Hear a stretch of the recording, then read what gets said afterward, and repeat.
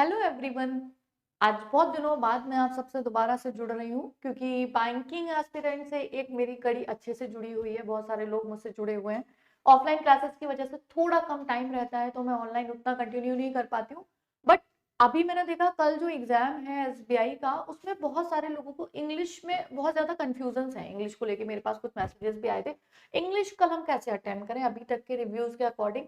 तो देखिए, मेरा सजेशन ये है, जिन लोगों की इंग्लिश वीक है स्पेशली उनके लिए है कि इंग्लिश में पैसेज मत पढ़िएगा। पहले सबसे पहले स्टार्टिंग में अगर आपके मान लीजिए स्क्रीन पे पहला पैसेज आया, कॉम्प्रिहेंशन आया जो आपको पढ़ना है, उसको आप स्किप करके आगे निकल जाइए। पहले ग्रामेटिकल पोर्शन को अटेम्प्ट करिए। क्यों?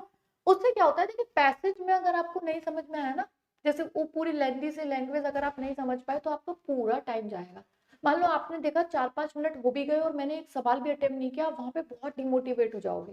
तो बेहतर ऑप्शन ये है कि जितनी भी ग्रामेटिकल पोर्शन होता है ना, वोकैब का, ग्रामेटिकल का, उसको कोशिश करिए कि वो हो जाए पहले। क्योंकि जैसे मान लीजिए स्टार्टिंग हुई पेपर की, आपने एक क्वेश्चन 1 मिनट के अंदर ही अटेम्प्ट कर दिया, ग्रीन हो गया।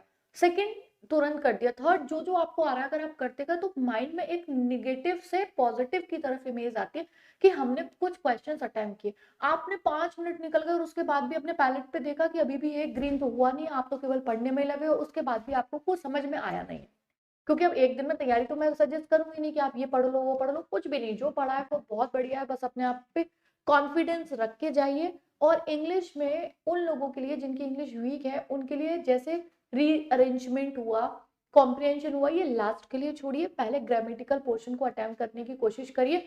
क्योंकि अगर ये अटेम्प्ट होते हैं तो हमें थोड़ा पॉजिटिव वाइब्स मिलती है। एक आएगा भी नहीं तो स्किप करोगे, आगे निकल जाओगे, है ना।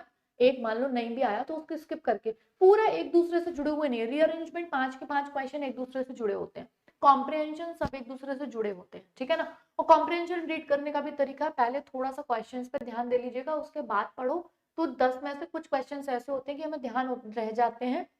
और हमें ध्यान रहता है कि कौन सी चीज को हम मतलब, जब हम उन लाइंस को कॉम्प्रिहेंशन में पैसेज में पढ़ेंगे ना, अगर हमने वहां कुछ पढ़ा होगा तो वो थोड़ा सा ध्यान आएगा, हाँ इस बारे में कुछ अभी पढ़ा था, इसका मतलब इस बारे में कुछ पूछा गया है। तो थोड़ा सा कोरिलेट करके हम 2 से 3 सवाल को इजीली अटेम्प्ट कर सकते हैं।